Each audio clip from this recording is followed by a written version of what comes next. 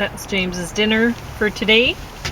Some kiwi and mandarin and kombucha.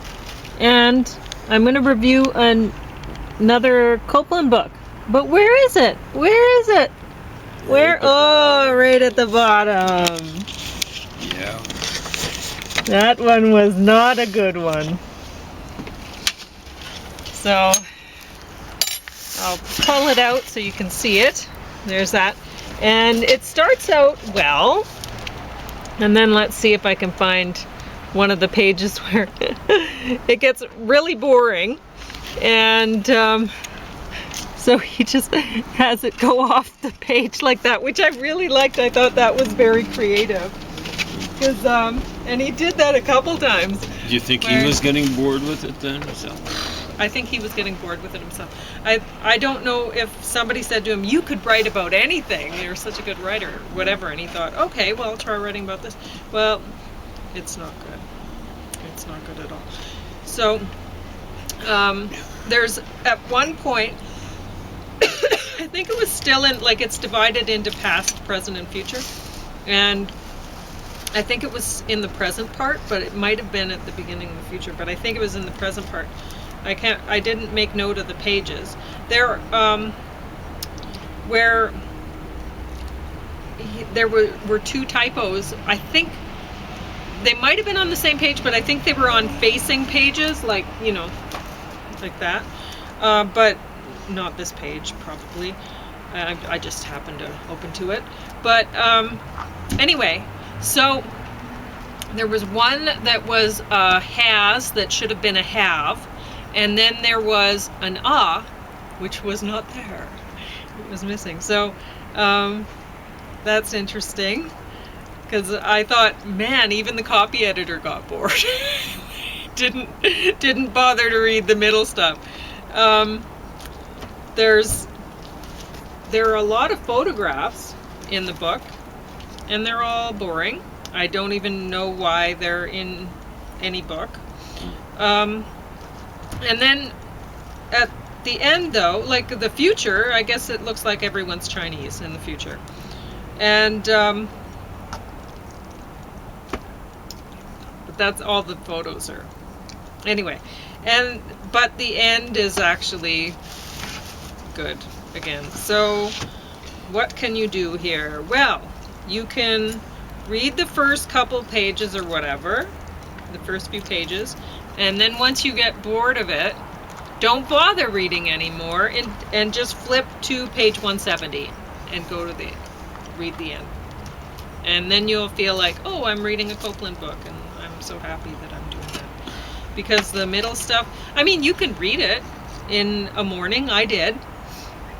But did you get a lot of sleep though in between bouts of reading? But no. Okay. But it's boring. Nobody would want to read it. So there you go. Yeah.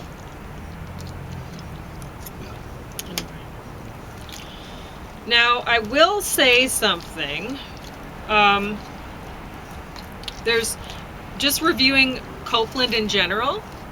I like reading Coupland stuff.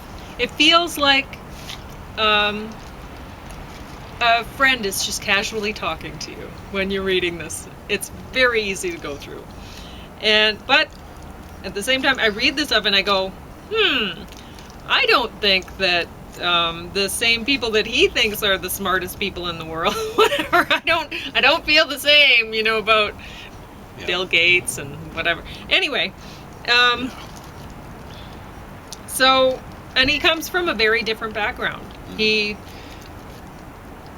One might say privileged. He was, well, his father was a doctor, and he lives in Vancouver, and you know, how nice, you know. So he has a very different idea of what it means to be a Canadian than, say, James or I would, right? And I don't know. Anyway, but and maybe when you're reading through and you're like, oh, my friend Douglas Coupland, who I've never met and whatever, talking to me here, I'm reading his words, and we're just laying around in my living room or whatever, chatting, and he's talking, I'm listening, and oh, he's so smart. He talks about all sorts of things that I don't know anything about, and well, frankly, never cared to or whatever.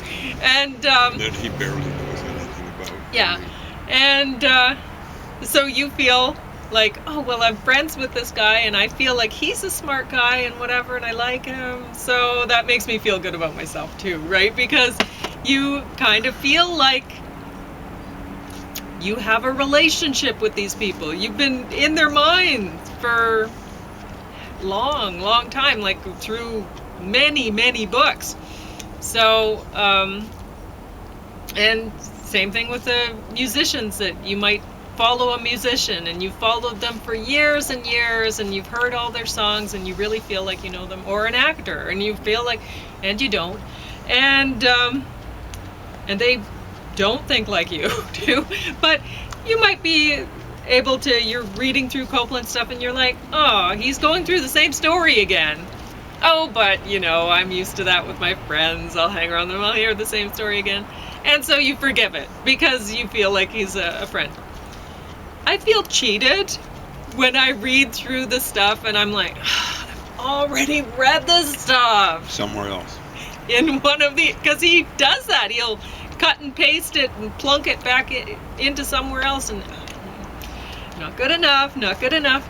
So anyway, I have to go check on my oatmeal that I'm cooking. So James is going to talk about whatever it is he wants to talk about here. And this is not on the top stack, so I shouldn't put it there because I think it I was talking the other day, probably yesterday, about a book I finished reading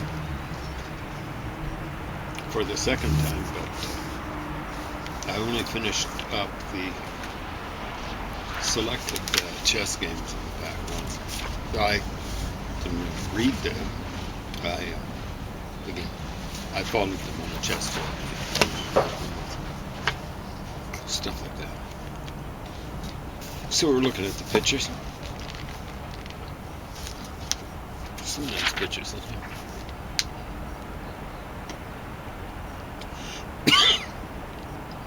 Here he is, Kasparov. This book was published, I think, 86, so 87. Off by 1 year. Hope you don't hold it against me. So he's playing against former world champion Bob Vinnick, who apparently was more than inspiration for Kasparov.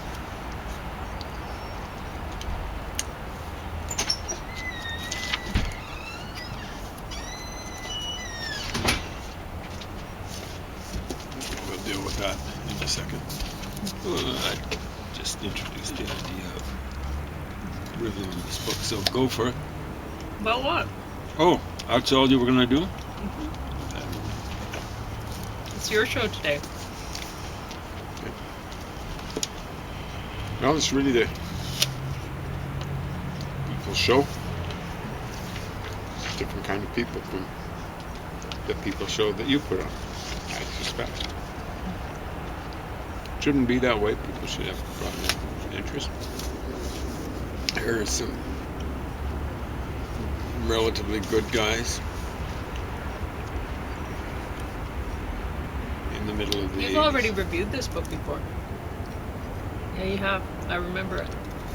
Okay, you mean like several years ago? Mm-hmm. Yeah, well, I've refinished. That's what I do. I reread it. Mm-hmm. So I think it was maybe 2022. Did you find some new stuff to talk about in the book? If a person is reading properly, they always find new stuff. Well, that's true. So what I hadn't done before was go through the games in the back, the chess games in the back. Oh, so now you're all ready to play. What was that? I'm not all ready to play. But these are amazing games. Some of the best games maybe in history. Some of them. There's some. I didn't do this. Some relatively good guys from the mid-80s. Gorbachev, Yakovlev, Aliyev, His real last name should be Ali. When it's Russian, they put an EV on it. Here's a bad guy, Campomanius, Campomaniac or whatever, the head of the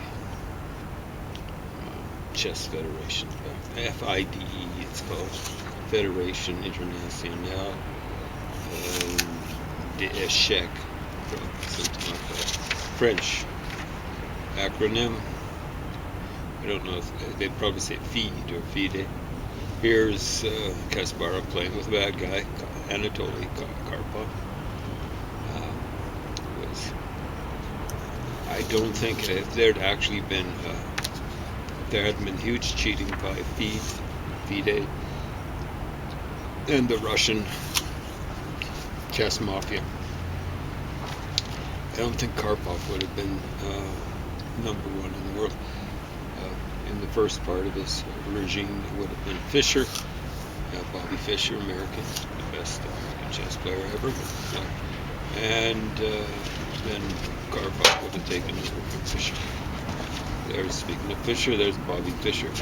And you notice, like most of these guys are thin by today's standards. They're proper build for men.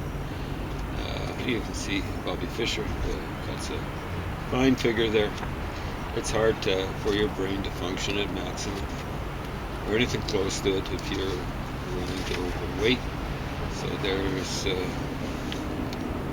an actor girlfriend of Kasparov for a while. Another set of pictures, I think, in here. What's it? Kind of went through a treatment, so. Yeah, here's Karpov looking meditative, Kasparov looking despairing. What the heck? Kasparov eventually beat Karpov. Here's Karpov looking meditative again. Here's the evil little bum called Campomanius. Here's these guys preparing for in training. So here's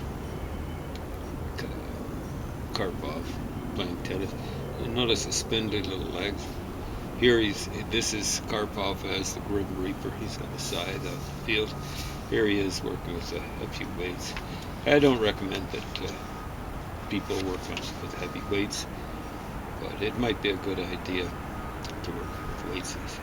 Here's Kasparov's different personality. Here you compare the legs. This guy's got real legs on him, athlete's legs, or he did back then at least. He's given that ball a good boot by the look of it. Kasparov and Smyslov. Smyslov was a former world champion. Korchnoi, here's Kasparov playing Korchnoi.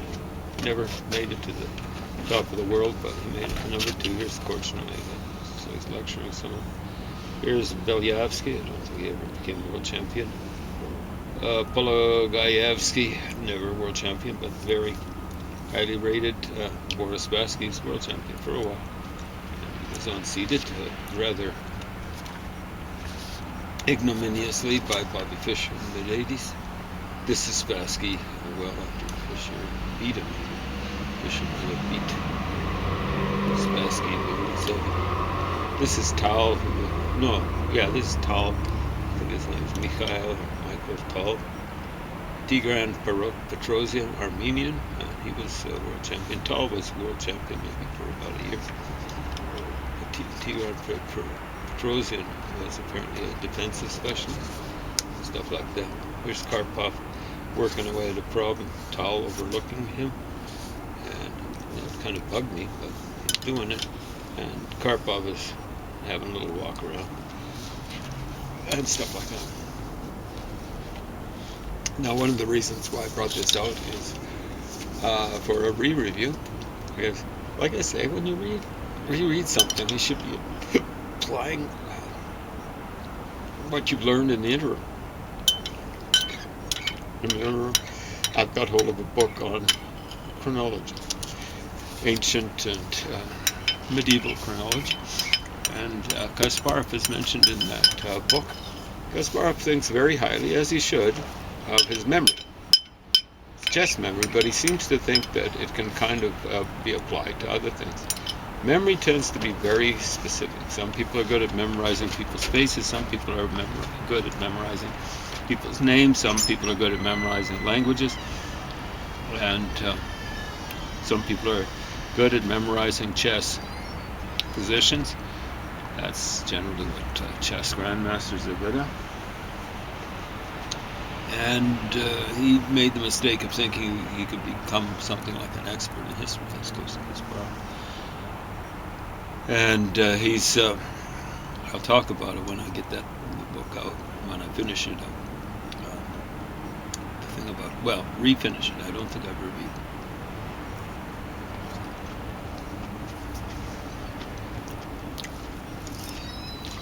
Just as I suggested, Pauline. That's what you should be doing with books. Just rereading them if they're worth rereading. And try to make connections with what you want in the books. Dictionary of word combination, word roots and combination. Interesting before. I don't think you'd be able to get hold of it. Published, I think, 1960. Lo and behold, 1960. Valuable, more for the biological sciences and medicine, but some of it can be used for other sciences or just general basic background in Greek and Latin. A lot of the scientific words we got have just been made up. They might call it New Latin or something like that. They've been made up in modern times about things that ancients never knew about. Ancients and medieval folks. Anyway, get hold of it. Highly recommend it. Try to internalize it as much as possible. Yes, similar thing. You're not having to look things up. Worth. Straight, upright. Probably cognate with right. Yeah. Okay. No. Someone I think is quite bright. Recently was asking Pauline if I could recommend kind of great books that are almost like essential reading. I don't really believe in great books list for fiction. I want to recommend James Joyce Ulysses. Maybe something from Marcel Proust.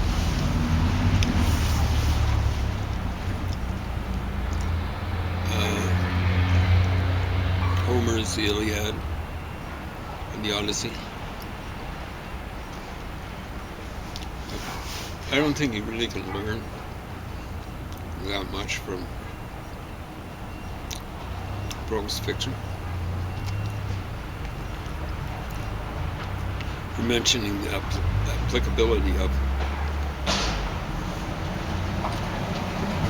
memorization in one field to another.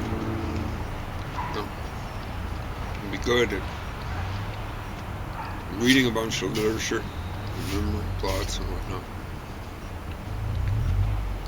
And I don't know if that's going to help you out much with that. There was a study out a while back. I think Pauline ran it down. Maybe I did. That indicated, it might have been indicating incorrectly, but indicated that novelists were actually worse than the average person, average people, at figuring out other people's motives. I'm going, tell me about it. When I heard that, the novelists that I've known, one in particular, I've known others, were pretty well clueless when it came to understanding people's motivations. So it's a little question, I suppose, of physician, heal thyself.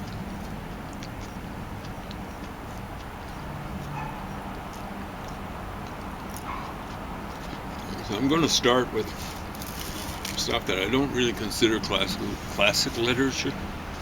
It would be classical, but not classic. So this is Buddhist scriptures. These are some more obscure ones, not the Dhammapada and stuff like that. There's a ton of Buddhist literature out there. And what you get from this is a sense of how wide-ranging it is. Right? This has stuff from different traditions: Southeast Asia, South Asia, China. Doesn't have much Mongolian, Tibetan, Korean. Yeah. Comes recommended. Dictionary of Muslim names.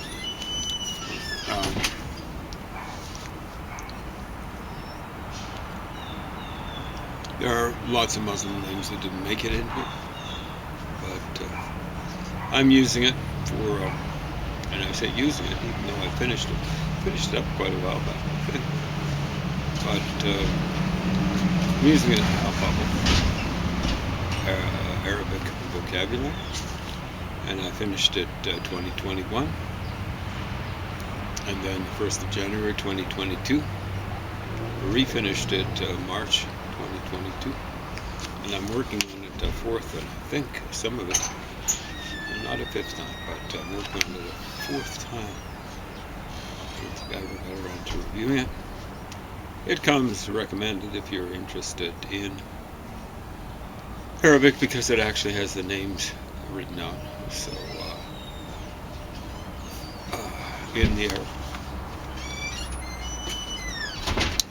No, it's not required, or recommended in the sense of being a classic or anything like that. How much time? Quite a few minutes. But I just wanted to mention that this is what I made James's stew out of, and that's mixed with potatoes and tomato juice to cooking. And as it turns there out, are some beans put in too, right? That didn't come in. No, it comes with it. Oh, the lentils come with it. So these? Oh, not the green beans. Not the green beans. So I mentioned that. They were, yeah. So anyway, it says dehydrated vegetables on the ingredient list, and one of those vegetables must be onions, because it gave me a slight headache, a big headache one day, but that I'd had a lot more. Yesterday I didn't have that much. I had a small serving, and so but it cost me sleep. I wasn't able to sleep very well, and effort thinking through things. Yeah, and plus I fed some to our little dogs, the potatoes part of it, because they really love it. But Elvis threw up last night, so I think there's onions in here. I don't know for sure, but I know that neither Elvis nor I can enjoy this, even though it's really tasty stuff. Did you mention how the vegetable stuff was listed in there? Yeah. Dehydrated vegetables. There we go. Could be onions, they're not saying. I don't know. Something affected both me and, well, presumably Elvis. I mean, this is what people ate. Yeah. So, just a heads up. Yeah, it if you've makes got me unhappy. So that's why I instinct. had oatmeal while James had that, because I know I can eat oatmeal. It doesn't give me a headache. Yeah. So, and anyway. It doesn't pay to risk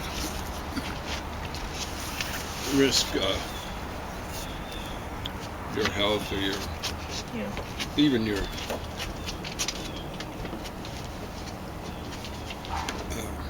you have 4.5 minutes about 4.5 minutes. I'm just going to introduce you to them. Now, this is one of a suite of books written by a guy. A lot of it's compiled by or translated and compiled by a guy called Andrew G. Boston. Not Boston, but Boston. You are recommended to get hold of this. It's current stuff. This is from maybe 2015 or something like that. 2012, revised 2015. It had original stuff on it from 2015. It's 10 years old. The trouble with books about Islam that tell the truth, that never gets old. ISIS and Al Qaeda are still going. So on the cover here's a guy that many Muslims bemoan what he did. He hit Baghdad, around 1400 or something like that. I think 1300 would be too late.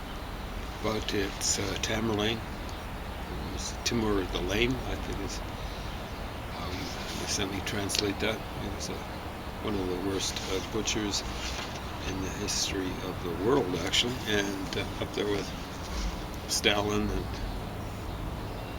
Hitler and Umar. A few others, Mao Zedong. And here's a little minaret-style tower made out of human heads. Okay, he's a fun guy. And it's a kind of common trope, shall we say? I don't like that word, but I'm going to use it now. Trope amongst apologists for Islam that, Islam never recovered from the depredations that Tamerlane visited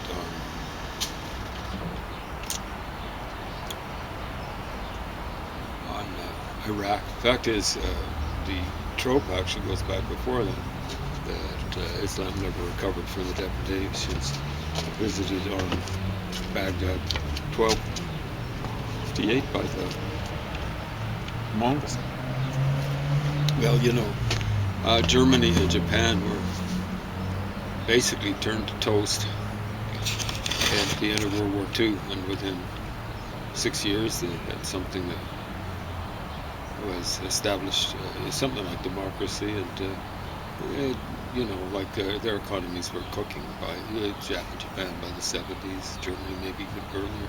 So 1258, plenty of time to recover. There's something else involved.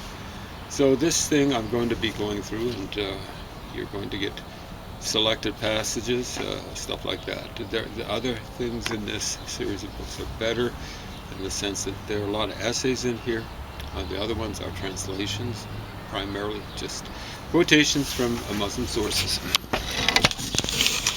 There we go. Sharia versus freedom, the legacy of Islamic totalitarianism, depressingly lengthy. Okay? It's what, 700 pages? Over 700 pages. Is that all you have for today? No. Okay. I'll show you this flower again then. It's looking a little bedraggled now.